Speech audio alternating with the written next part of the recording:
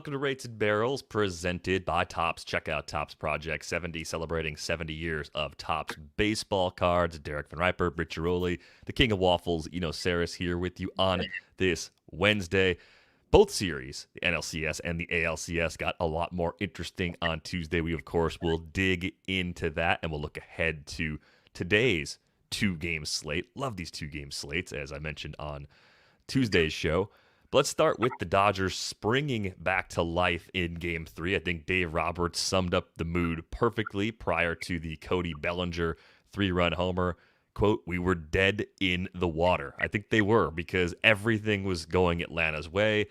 There was a pretty bad sequence in the fourth inning that allowed Atlanta to rally the way they did. I will share frustration with Walker Buehler about that. It didn't end up mattering in the end, but it looked like it was going to have a pretty big impact on the game at the time. So now that the Dodgers are alive and kicking again, how excited are we about the remainder of this series? We had a feeling things could be like this, and this was the game they had to get with Buehler over Morton too. So first, your thoughts on the Dodgers figuring it out yesterday. I was really surprised that Morton outpitched Buehler, but if you look at some of the underlying stats, Buehler has his spin has been down, his max velocity has been down. I think he's fatigued.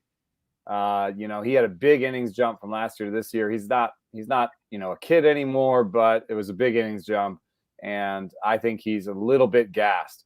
Morton hit a higher velocity than Buehler, which is weird because we've seen Buehler hit 99s and 100s in the past. But once that happened, I was like, oh crap. Because my whole theory of the game was Buehler's going to outpitch Morton and the Dodgers will be ahead when the players are out. And when that wasn't true, and the bats just kind of looked lackluster, really the way the 7th, 8th, and 9th was going, like I saw Bellinger's name and I was just like, I don't know, like him against Luke Jackson is not a good matchup. Luke Jackson throws a riding fastball high in the zone and a breaking ball at the knees, and Bellinger has just been having a hard time with that combo this year. But he hit a ball at his nipples. I mean, he hit a ball at his neck. That was a pretty impressive thing. And Andy McCullough has a whole piece today just about asking Cody, how did you do that? And Cody not really knowing how. So anyway, it was a big moment. And I do think things changed a little bit here because Urias against the bullpen is another. I think that's a big advantage for the Dodgers. And I think they're going to tie up the series tonight. Yeah, it's interesting because I'm going to hit you guys with like an interesting stat. So teams that are ahead 2-1 in the best of 7 have gone on to win the series 101 of 143 times, 71%. However, only one team has erased that 3-0 deficit, which is the 2004 Red Sox, very famously. So the Dodgers' chances, you kind of have to look at it now as probably glass half full because they're in that 2-1 category, not that 3-0. I was having this conversation yesterday with a baseball person, and it kind of piggybacks off what you said with Buehler being tired. We wondered all year last year how the 60-game season was going to affect these guys. And I think you're starting to see that across the sport because not only have they gotten through a 162-game season, which they didn't have those workloads last year, now they're in the postseason where arms are usually dead and they're usually on fumes. And so I think that's happening not just to the Dodgers, but to a lot of these teams right now. You're seeing injury with Lance McCullers. You're seeing what happened with the Rays last series, just totally running out of steam. And I wonder if I'm certain it's probably a confluence of factors, but I'm wondering how much that plays into what we're seeing here in this postseason. And we touched on this yesterday, the fact that there's only been 2 quality starts. I'm in Boston. We put that game on in maybe the 3rd inning, I want to say, in the media workroom. And Walker Buehler was like not in the game. And I was like, wait, what? Like they're already in their bullpen? And we talked about this yesterday, how Buehler was so good. And, Morton's been good in the playoffs, but, you guys kind of said, we got to go with Buehler. He's going to be better. And I just wonder if these guys are just straight up tired at this point in time. I think there's probably a lot of that this time of year. I never thought I'd hear Max Scherzer said his arm was dead. Yeah. That's what made me really think about that is he's a guy who doesn't say that kind of stuff. Yeah. The guy who wants to pitch Game 7 of the World Series when he can't move his neck. Yeah. And turn to the side. So I started to kind of wonder, he's a guy who prepares to the upteenth degree, right? So if he's saying that, what do you think all these other guys feel like? This is always, as you know, you guys know, this is always a time where you're tired. But based on last year, and I'm curious, and maybe, we can dive into this offseason, but how much did that 60-game season impact what we're seeing this year? There's already a record in soft tissue injuries. How much did that impact these guys and these arms? I think it's really interesting too, because if you're watching a postseason, you're always, I think across the sport, being like, what can I learn from this postseason? Like, what strategy do I have to implement next year to win, like the Red Sox are winning or whatever, And the thing that I could come up with was maybe like the Astros should have piggybacked Greinke and Javier in September, so that both of them were up to like 60 pitches, right?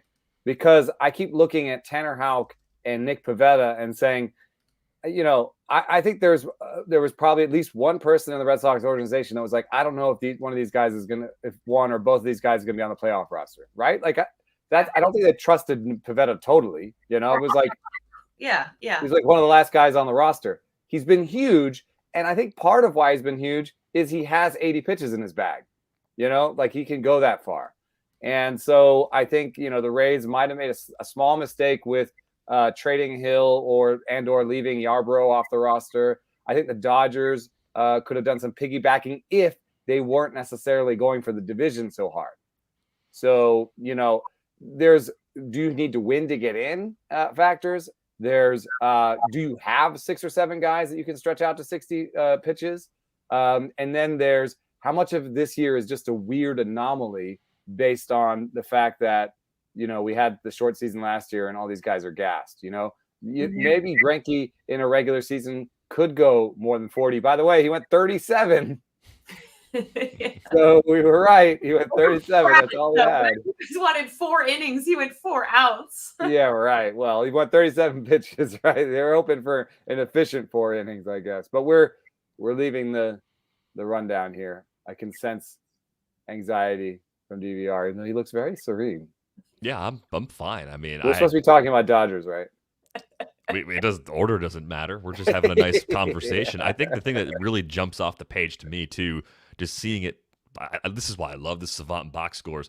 Seeing the hard hit balls against Walker Buehler in a 3 2/3 inning outing. I mean, fire emojis everywhere, and of course, it's not good to see those in the pitcher's column. 9 hard hit balls against Walker Buehler. I know that bad call got in his head. You could see how he was reacting to it. Things spiraled a bit on him there. I think there was only 1 out when that happened, though, so he wasn't out of the inning with that. It's a little bit different than what happened in the 9th inning in the ALCS game with Evaldi, where that pitch, that looked like a strike. I know the strike zone boxes on TV are not perfect. That's why after the game, the scorecard said it was a strike, too. I think there were 2-2 curveball. I mean, it was high. It was high. It was supposedly in the strike zone. The overhead cam was perfect, though, for it, because the ball came into the area of the plate and crossed the plate like in the strike zone. It was a clear strike. One bit that I know about human umpires versus robot umpires is that robot umpires will call that pitch a strike much more often, and that human umpires don't call the pitch that comes back to the strike zone as often as they should. So front door 2-seamers, pitches that like are balls that come back to strike very late, those don't get called very often. So yes, he made a mistake, but that's also a pitch that doesn't get called very often by a human umpire. Yeah, no, it's just unfortunate given the implications that eventually had. But I mean, Charlie Morton struggled with walks in a huge way. He had 6 walks in this. 4 of them, I think, were in the 2nd inning alone, and he still managed to go 5. Like, wobbling like that, but keeping your balance and getting through that many innings for this team with the Braves facing a bullpen game today, that was huge. And I don't really know what the script was going to be for Atlanta if Morton left that game in the 2nd inning or left that game in the 3rd, right? There's so much more going in their favor pitching-wise simply because Morton was able to right the ship. Even though they lost Game 3, the fact that he was able to get out of those early control woes and at least get through 5, that actually may have saved them a bit for this game here on Wednesday. Yeah. The thing with Atlanta, and by the way, it must have been the fourth inning they put the game on at Fenway. Whatever inning it was, Bueller was out, and I was shocked. But the thing with Atlanta that kind of gives me solace, I think, if you're rooting for them, is they're hitting. And the Astros, until the ninth inning, you couldn't have said the same. So they can kind of cover.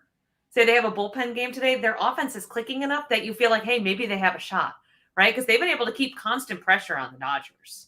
And so I think that's important to know here as we talk about the pitching. And obviously that's really important to how this series is going to go. But I think what's been really impressive has been Atlanta's lineup. And we talked a little bit about this yesterday, and Austin Riley again comes up for them. Dansby Swanson's had a great series for them and really great postseason. We talked about Freddie Freeman's struggles. Obviously, they're missing on Acuna Jr., but their lineup is hitting. And if Houston, and I know we'll get to them, I know I'm skipping ahead on the rundown, but Houston hasn't been hitting up until that ninth inning. And so if Houston can hit, this is a series, right? And that's the reason why with Atlanta, I still feel like they can make this a series because they have scored off some really good Dodgers pitching, and they've had some really good at-bats so far this series. So is this going to be a mano-a-mano lineup game? Maybe, right? I don't know how Urias is going to pitch. He's not an opener, right? Today, this is a straight start for him. I think so, yeah. But how deep will he go? How deep can he go? He's kind of been jerked around a little here. They always seem to use him a little bit less in the postseason than they did in the regular season. Yeah, I would expect like 4 or 5 tops, but right. So I was really impressed with Morton because, he doesn't really use that split finger very often. And I feel like we saw it more often in that game once he started struggling because he was like, I just need to throw something that has a different look and goes the other way because they're kind of what they were doing, I think, was really taking a lot of his curveballs on the outside part. The righties were. I think you saw Mookie Betts with a couple of big takes on that curveball. And I think that demonstrates a little bit what Morton was talking to me in the late season when he said he feels he has more leeway with the curveball to lefties than righties because I think when he throws the curveball to lefties back foot, it looks like a strike to them, right? It's kind of like up there, it's up, and it's like in.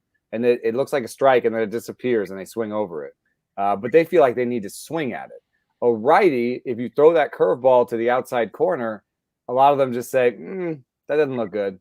Even if it does hit the strike zone, it's way out there. It's his pitch. It's not my pitch. And so, I think their idea was we're just going to take those pitches. And I think righties taking curveballs on the outside part of the plate was a big part of all those walks. So he started throwing the splitter into righties. It's weird. Like you usually think of, the changeup, go to the changeup more because the lefties are hitting you. No, he went to the changeup in the zone to righties because it was a pitch that had action towards them and they couldn't take it because it looked like a strike. So I thought that was some gritty stuff from Morton and just really out there and really great. But they could steal this game from Urias with some hitting, but I really expect the Dodgers to tie it up today. And then Scherzer in 5, right? In game 5? Yeah. So then you kind of think the Dodgers go up 3-2. Do you? Because Max had a dead arm. That's true. And even his good starts have been like 4 innings and stuff. Yeah, he seems kind of tired now after a really big stretch when they first acquired him. So yeah, I don't know. I think this game's a coin flip. I think the rest of the series is kind of a coin flip. I think tonight in particular is a coin flip. With the starter, that's my boy. I mean, again, the way the pitching has gone, I don't think you can say that. Look at that. It's a bullpen game in game 5. So yes, I think I would go Dodgers tonight, Braves tomorrow night, and then Dodgers in 6. So yeah, 7. Who starts game 7? Well, the Dodgers are minus 225 today, by the way, on the money line, just for reference. So yeah, they're a favorite. They're a pretty big favorite, relatively speaking. What were they yesterday? Good question. I didn't look yesterday. I think also the first 2 games of the series, they've been probably favored every game. I mean, yesterday some of them were closer. Urias versus a bullpen game. That's going to be a much bigger line, I think, than what we had yesterday with Morton going up against Bueller. The Dodgers were favored yesterday, probably minus 160 or something closer to that. If I had to guess, if I were making the line retroactively, which is of absolutely, I think it was no even value. closer than that, if I remember. Oh, that would be a time. Oh yeah, you do these. Wrote about it. Yeah, here you go. About minus 175 according to Todd in the live stream. So okay, more in line with that. But a bullpen game in Game 5 for the Dodgers. I'm gonna be honest. I'm turning into an old man. I don't like bullpen games in the playoffs. I'm bothered by it. I don't care when you go to your pen necessarily. Like if your starter doesn't have it, sure, you want to give them the hook in the third inning, fine. Then it turns into a bullpen game. The planned bullpen game, it's just kind of demoralizing for me because I'm not as excited about a planned bullpen game. The starting pitcher is the name in the lights. It's the marquee. It's like, and I don't know if it's just because I'm a pitching dork, but like it's. When I'm looking through probables, like during the regular season, what should I be watching right now? It's almost always decided by who's pitching. Agreed. You guys want to hear my wild idea? To disincentivize bullpen games? No, not disincentive. I mean, yes, one, but two, what we're doing now is the starting pitcher used to pitch the entire game, right? That was his role. So why can't baseball dictate that unless it's an injury situation, a starting pitcher has to go 5 innings or 6 innings? Just in the sport in general. I realize this would have massive implications, but let's not act like it's not feasible. Mm-hmm. Now you watch how guys are all of a sudden trained to go 110, 120 pitches. Now you watch how teams draft, develop, and scout, put together teams a little differently. Mm-hmm. And also then we get rid of these ridiculously long playoff games. Like they're not fun to watch. It's interesting. They're less fun. Innings. I want to watch my guy against your guy, and I want to watch that for a little while. You can get to the turbo bullpens later. This is my crazy idea that I know would have a ton of implications, but unless there's an injury, that's it. What do you guys think of that? It's intense, actually. I normally I like to have fewer rules that limit the different ways that you can win. Right. So when I hear that rule, I say, ooh, the Rays would really hurt from this one. Would it though? Because I covered the Rays in 2008 and they had starters and they went to the World Series. Right. The Rays can develop pitching. Would it really hurt the Rays? Last year they had a bunch of 5-6 inning guys. Yeah, I guess so. Starters are expensive because they can go. Within, but they've always just got them from within and then traded them away. Right. Their park is built better. They're actually at an advantage in this kind of rule. They're, what I like or not. Yeah, what I like about your rule too is it's way more direct. There are other rules about like limiting the number of pitchers, which gets at the pitching change idea. But this one's just like, no, your starter has to go 5. That's it. Your starter has to go 5 unless he's injured. That's it. That and get in the box, and I think you have solved the. How many teams would be like, oh, he's injured? Well, if he's injured, he has to go on the that's it. Like automatic IL stint. Yeah, you got to go on the IL. But there are injuries where they're just like he's going to miss his next start. Okay, then he misses his next start. You still need a guy the next day to go. You want to blow your bullpen up? That's fine. That's on you, I guess. You still need a guy the next day to go. You can't. It'd be very obvious if teams kept using that rule. Kept doing that. Mitch on the live stream, I'd rather not watch the Orioles be forced to throw a pitcher for 170 pitches. Yeah. That would be the concern, is people would claim like health and stuff. But I'm sorry, like we fundamentally have changed the role of a starting pitcher, right? It's like, what if all of a sudden we used a catcher per inning? People would be like, that's nuts. The position of catcher is to catch a game. Well, the position of a starting pitcher is to start the game, is to set the tone and go deep into the game. They used to pitch the entire game. Now we're having bullpen game. It just there has to be a way to stop the madness, and the only way to do it is like a direct cutthroat rule. Jonathan's point is good too. Oh, I like that. Yeah.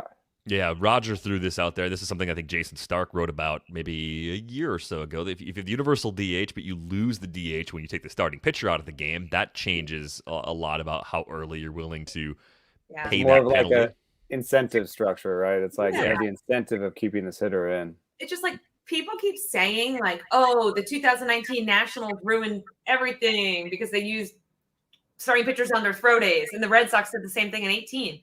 Those teams still had starting pitchers. People forget that Davey Martinez left his starters in a lot when people were like clamoring, third time through the lineup, 7th inning. He left these guys in. So and until you have that scenario, which is not what we have now, we have the opposite of that. We have guys who, as soon as it becomes like the bullpen might slightly be better, everyone is so quick to push the bullpen maneuver. it seems like everyone would rather say, hey, we went with a fresh arm and we lost, than, hey, we trusted our starter for another inning. And it just, in my opinion, needs to change because it's not as entertaining to watch. Yeah, I mean, Oh, I some like of the pitch Todd. counts. Here's Todd. Todd comments pretty funny. Yeah, pitchers used to go full 7 innings with players used to drink and smoke during the No game, one, too. Todd, who says they don't anymore? I like and then Jonathan's comment about the Rays. It's a good point. This would be a rule, and then it'd be on the better teams to try and figure out how to win with the rule in place, and then hopefully the Rays would churn out 10 guys who could throw 5 innings. I have no doubt. Yeah, and some of that's just getting. How about Michael's pushing a comment third pitch more often? About pushing through here. I'm waking up the chat with my wild idea this morning. It's working. Yeah, Michael's idea also does that incentivize a starting pitcher to push through a sore hamstring and actually blow out his leg, shoulder, elbow. I mean, yeah, if you've got a minor injury, you're trying to get through it, maybe save your team, avoid the IL, you end up hurting yourself worse. That's a possibility. That's a thing that could happen. That would not be great. And we're generally trying to stop it. No penalty. There's no penalty on taking a guy out for an injury.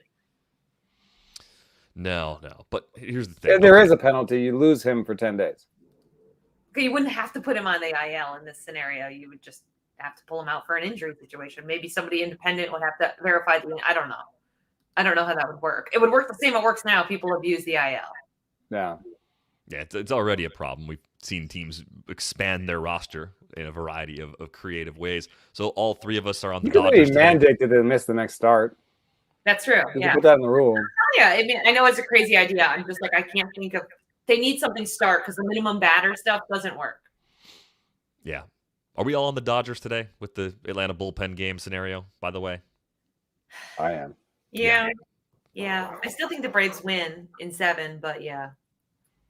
I think you could write a story where the Braves win in 7 pretty easily because you have the Dodgers win tonight, lose tomorrow, win the max start, and lose Game 7. Mm-hmm. Because I don't even know who starts Game 7. Is it Walker on short rest again? I don't know, but the Braves would have Fried in 6? He just started, so you'd have games 4 and 5 and a rest day, and 6. Oh, Walker on full rest in 7. I think it'd be maybe Walker Morton redux. Yeah, yeah, you're right. And so Fried would win 6, and so it would. I think it goes to a 7. Yeah. So we'd have Scherzer winning Game 6. Well, to make it even 3-3, and then Morton Walker again. We'll get there. So I took the Dodgers down 2-0. I'm happy I did it. I feel a lot better about it today than I did at the time that I did it. That's all I'm going to say about that. But we all left the Astros. Yeah. Well, now they're tied 2-2, right? They are knotted up at 2. So a big 7-run ninth after a Jose Altuve game-tying home run in the 8th off of Garrett Whitlock. That was a big one.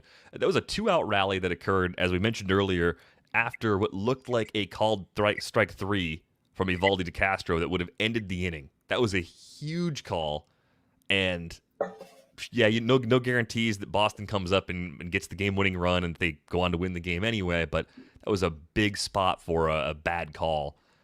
Obviously, we know this Houston team can score runs in bunches. It was only a matter of time.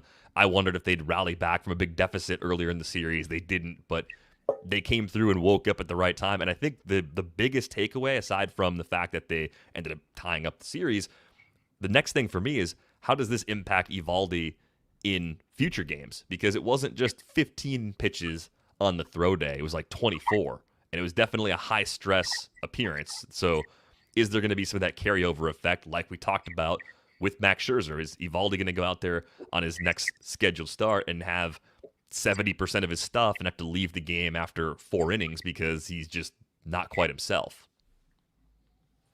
Fair. I mean, to me, the story of that game is Houston's bullpen, which, like, when Greinke came out after 4 outs, I was like, well, here we go again. Like, I think everyone kind of thought that the Red Sox were going to beat up on Houston.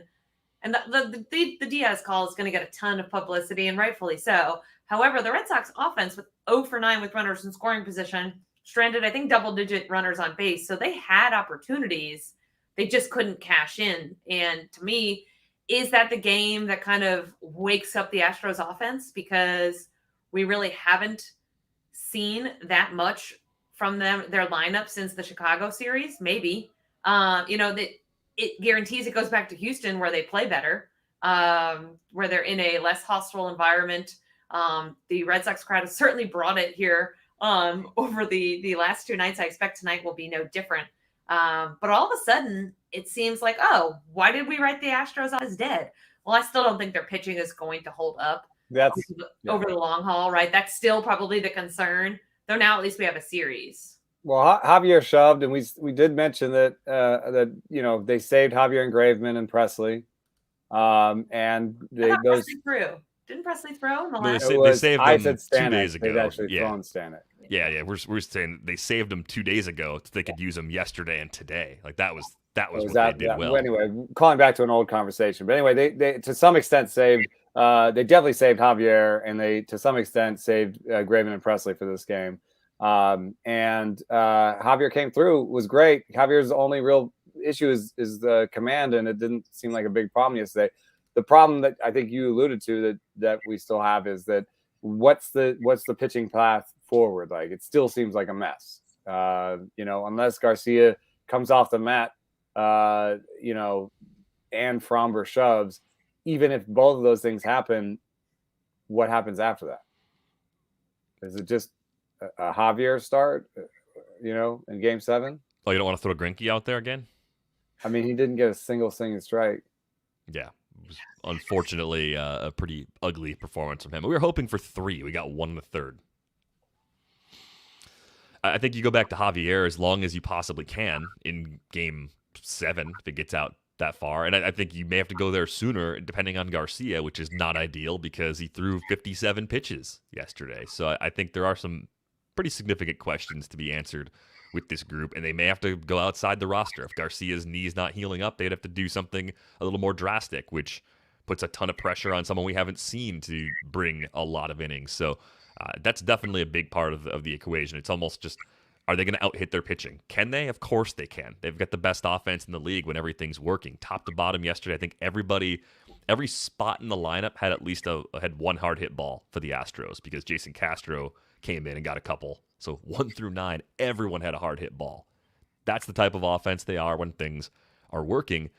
Today, the Castro hit in particular was huge. Mm-hmm. Yeah. I mean, today with Chris Sale going, we've been flummoxed, I would say, by Sale throughout the postseason, expecting more than what he's been able to give us, even if he's not himself. Has anything changed? Have you seen any reason to believe that Sale's going more than 3 today? Which is, it's just, I feel like I've completely lost it even suggesting this, but what is going on here, and how would you handle this with Chris Sale? Would you actually do something different? Would you change your mind to throw an opener in front of him and bring him in 2nd, 3rd, and 4th instead? Maybe get the matchups you want? I mean, what can you do to make Chris Sale more effective? I mean, they did that to Urias, and I love Urias, and Urias all the numbers are great. Why not do it to Sale, who's coming back from injury, and the numbers aren't that great on his stuff, Well, I like that idea. I mean, I do too, but who do you open with? Whitlock or something. I don't know. Whitlock's not, I know. Ottavino? Huh? How about Ottavino for the opener? Not bad. Not bad. It's the best I can do. I think you're only going to get 3 out of Sale, so you were going to pitch Ottavino anyway, so why not pitch Ottavino in the 1st? You don't know. If guys are creatures of habit, maybe Sale really likes starting games. Maybe Ottavino really does. I don't know, right? I think it's also interesting to wonder, like, is this just what Sale is now, or is everything going to be better next year? I think this is pretty typical post-TJ first few but months back isn't command. the same. Usually it's command that's affected, not necessarily stuff. Yeah.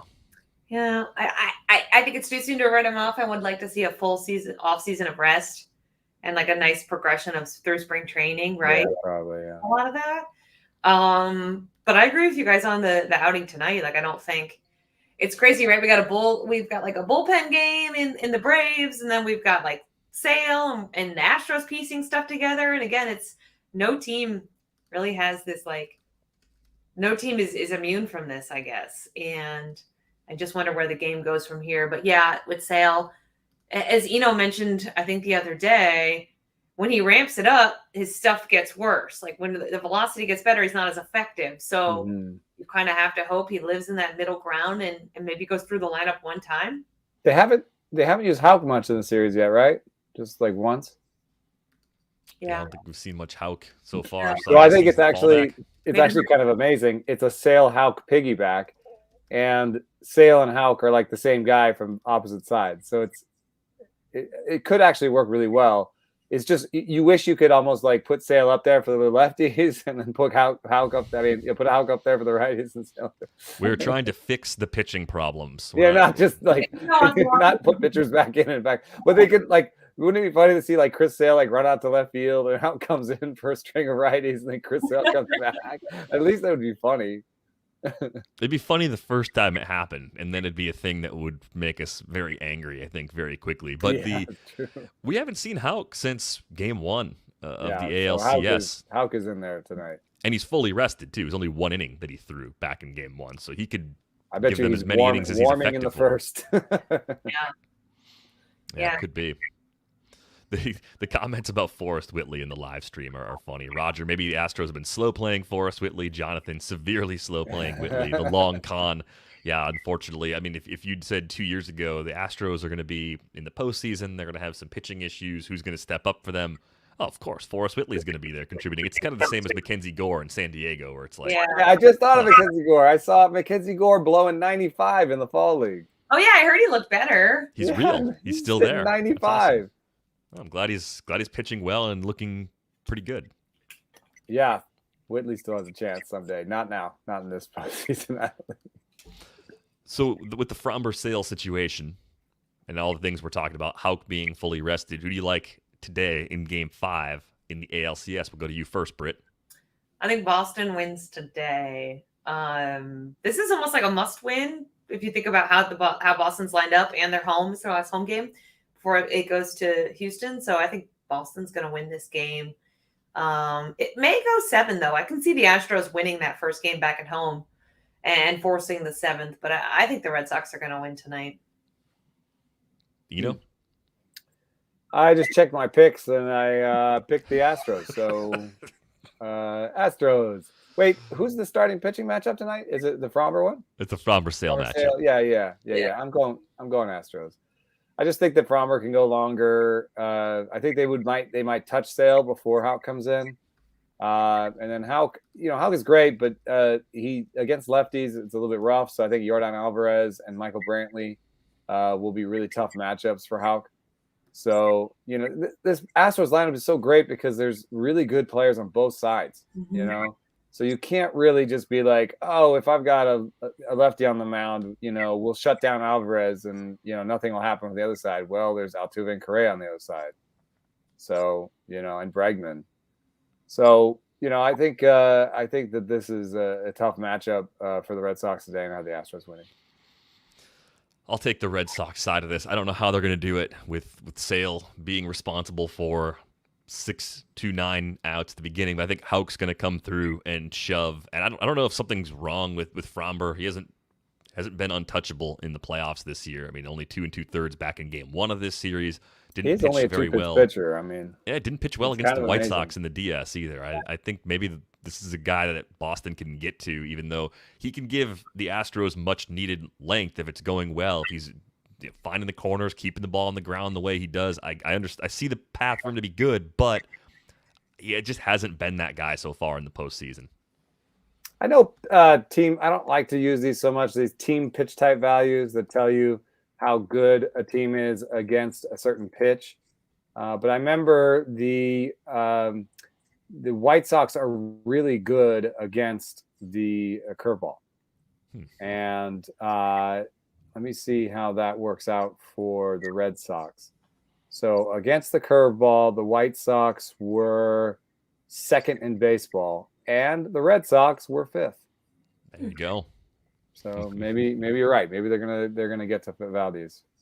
And I didn't even get that granular with it. I just thought it just hasn't been the guy we saw in the postseason a year ago. Last year looked almost untouchable in the playoffs. Has been much more human this time around.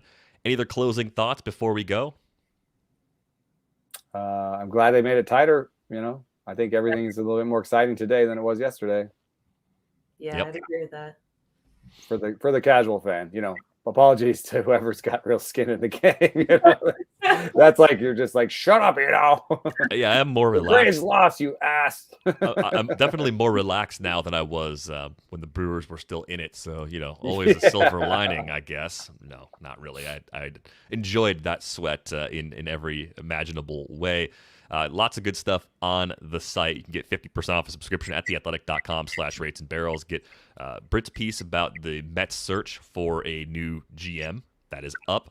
Eno had a piece looking at the Dodgers and the new slider that they appear to have found, or the work they're doing with their pitchers to develop new sliders at least, which is really interesting. So be sure to check those pieces out, plus everything else on the site, all included, theathletic.com/rates and barrels. We, of course, are back here at 11:30 a.m. Eastern each weekday. You can find us on Twitter. He's at Enosaris. I am at Derek Van Riper. She's at Britt_Giroli. Be sure to barrel up on that like button. Yeah, I don't know what day it is, but thanks for listening to Rates and Barrels. We are back with you tomorrow. Thanks for listening.